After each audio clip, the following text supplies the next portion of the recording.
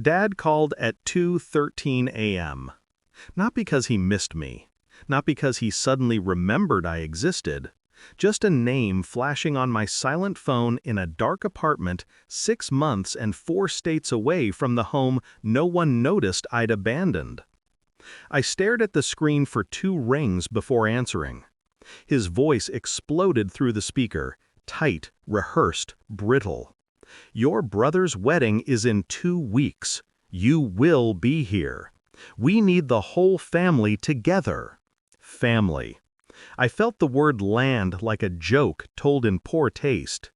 He kept talking, listing expectations, obligations, appearances. Not once did he ask where I was calling from. Not once did he notice the faint echo of a new life behind me. Then he said it. A warning delivered like a sentence. "If you refuse, I'll disinherit you. I'm not having you embarrass us in front of your in-laws." I didn't speak for a full breath. I let the silence tighten around him like a noose. Then, quietly, I said the sentence that froze him. "I make more money than all of you combined." The line went dead. Not disconnected, silent. And in that silence, something old in me finally cracked open. His silence wasn't confusion. It was fear. Fear that I had become something outside his control. But fear wasn't new in our family. I had lived in it for years. Not the loud kind, the quiet kind.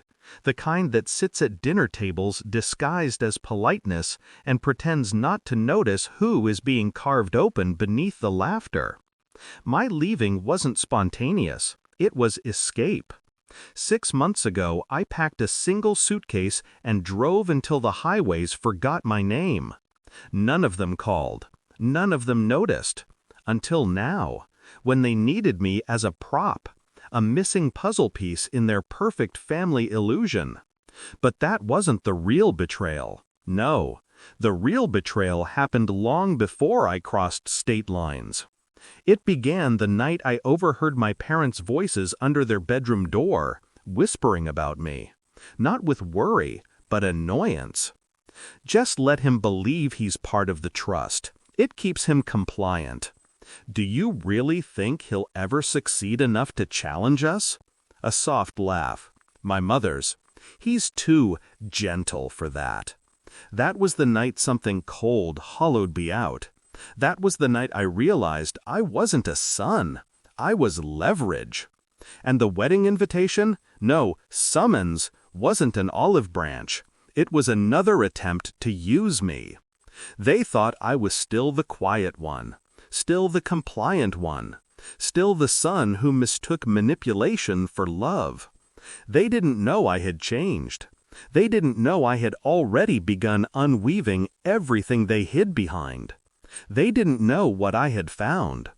It started with a single document, a tax form accidentally emailed to my old address months before I moved. A trust allocation list. My name wasn't on it. Not once. Not even in the footnotes. My brother, perfect, polished, celebrated, held everything. And me? Nothing. Not even the lie they used to keep me tethered. I didn't confront them. I didn't cry. I studied. Every night, every weekend, every lunch break behind a locked office door. Financial records, corporate filings, property transfers, bank statements dripping with quiet favoritism, patterns, dates, mismatched signatures. I gathered them all like a surgeon preparing for a precise incision.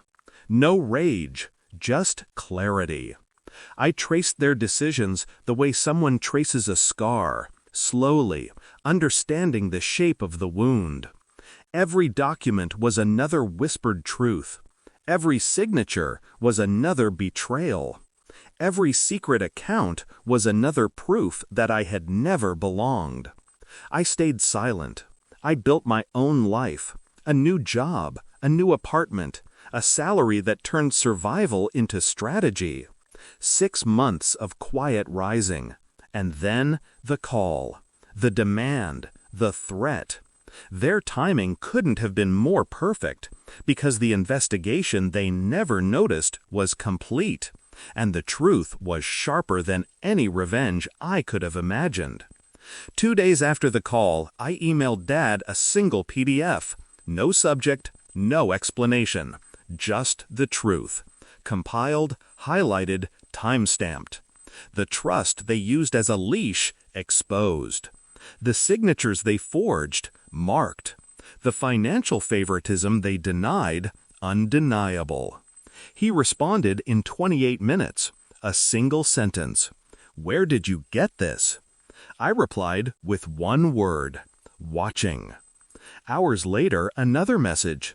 Not angry, not defensive, just desperate. "We can discuss this. Don't make decisions you'll regret." But regret was the one thing I no longer carried. I didn't go to the wedding.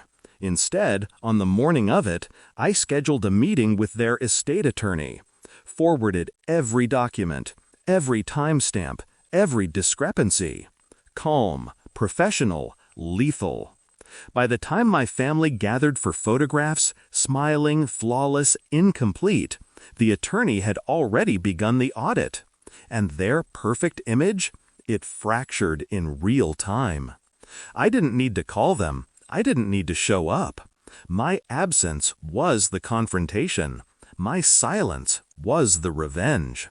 They wanted me there for appearances.